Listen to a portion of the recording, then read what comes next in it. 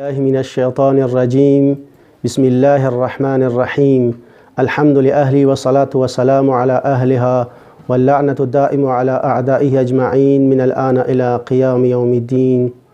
ټول دوستانو په خدمت کې سلام عرض کوم.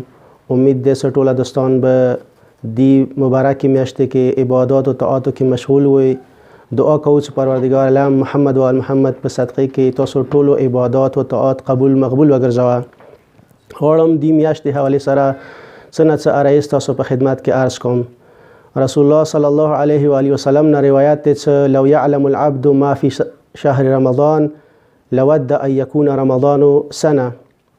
کچېره بنده ته خدا پاتې ولګيږي چې دی میاشت کې سوره ثواب او بنده ته ملويږي، نو هغه به د ارزو وکي د خواهش به وکي چې ای کاش اټوله کوله روژه وای. اندیشان سره یو بل روایت کې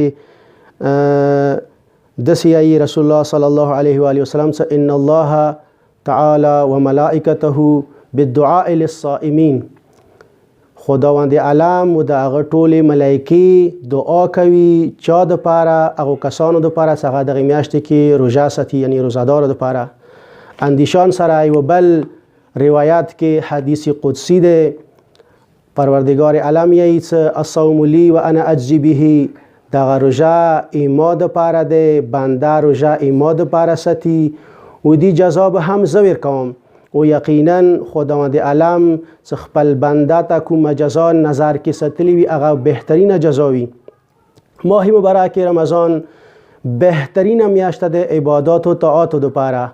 کیدای شي ځنه کسانو باندې دغه میاشت ګرانه پریوزي چې یاره مثال هغه روژه نشي ساتای، خو که څنګه لکه روایت کې ذکر شو چې که انسان ته خو دی میاشتې دغه میاشت کې روژې ساتلې عبادات او طاعاتو کولې، دغه میاشت کې کوم یو ذکر ویل نه وي، قرآن تلاوت یا نور کوم اذکار دی، صلوات نه ونیسه، نور سوره مثال عبادات ذکر شوي دي زنو ادعیا او کتابونو کې، یا زنه نور مثال عملونه کوم ذکر شوي دي.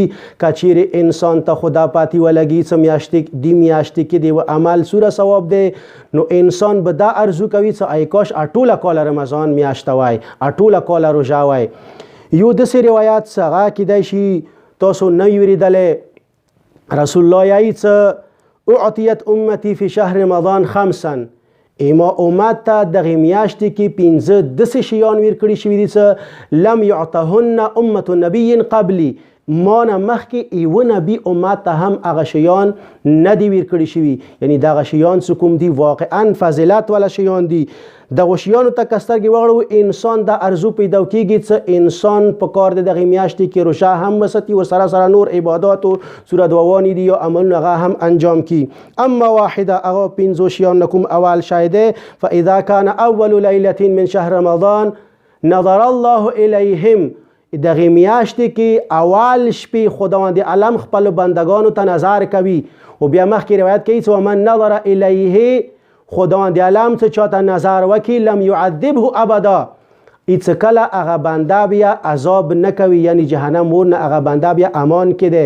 و اما الثانیه فان خلوف افواههم حين يمسون اطيب من ريح المسك.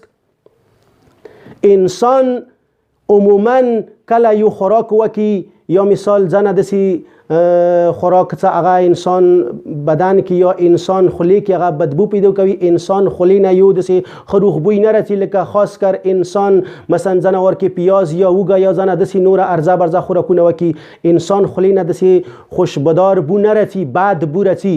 خو خداوند عالم یې چې دغه میاشت کې چې کله انسان افطار کوي، افطار وخت کې هغوی کوم خولې خوشبو ده هغه دوره خوشبودار وي چې اطیب من ریح المسک، مشک و انبار نه هم خوشبودار تر وي.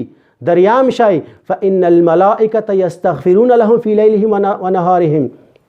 دغه میاشت کې روزادارو کسانو ته د خداوند عالم ملایکې شپې ورځې کې استغفار کوي. کس سترګې وغړو یو انسان عام انسان استغفار وي، یو معصوم انسان استغفار وي.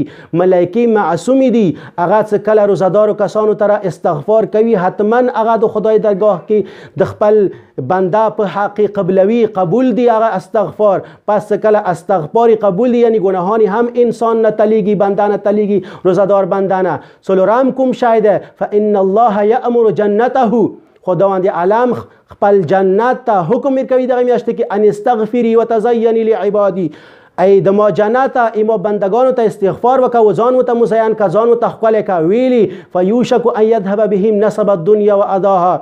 ایما بندگانو کوم څه مشکلاتو الوګه تنده مصیبو هغه دنیا کې څه تیر کړي دي کیدای شي هغه دلته ایما جنت ته راشي، هغه عذابونه هغه مشکلات هغه الوګه تنده هغه چې شي ته نه لرې شي، هغه راحت کې شي.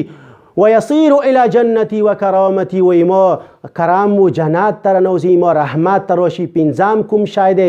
پنځم هغه شای دی چې خداوند عالم رسول الله دغه روایت کې عرض کوي فاذا كان اخر ليله غفر الله لهم ذنوبه. پنځم شای هغه دی چې کله دغه میاشتې اخیری شپه وي روزادارو کسانو ټولې ګناهان خداوند عالم بخښي.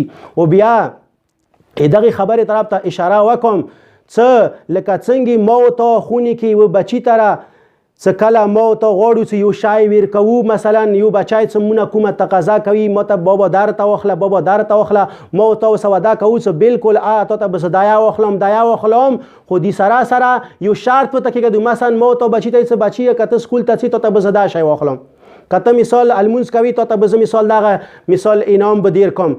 اندیشان سره خداوند عالم هم څه کله یو بنده ته انعام ورکوي څه شرایط هم متکیږي داسې نه دی چې دا کوم پنځه شیان مو ذکر کړل چې مثال خداوند عالم خپل بنده ته نظر کوي چې بیا څه نظر چاته وکړو هغه عذاب نه کوي، ملایکې ورته استغفار کوي، خولې والا بوی مشک و عنبر نه خوشبودار تر دی، جنت ورته مزین کېږي و اخري شپې ټوله ګناهان یې بخښي. دوی څه شرایط هم دي چې انشاءالله هغه شرایط به زه بلې جلسې کې ذکر کوم. والسلام علیکم ورحمة الله وبرکاته.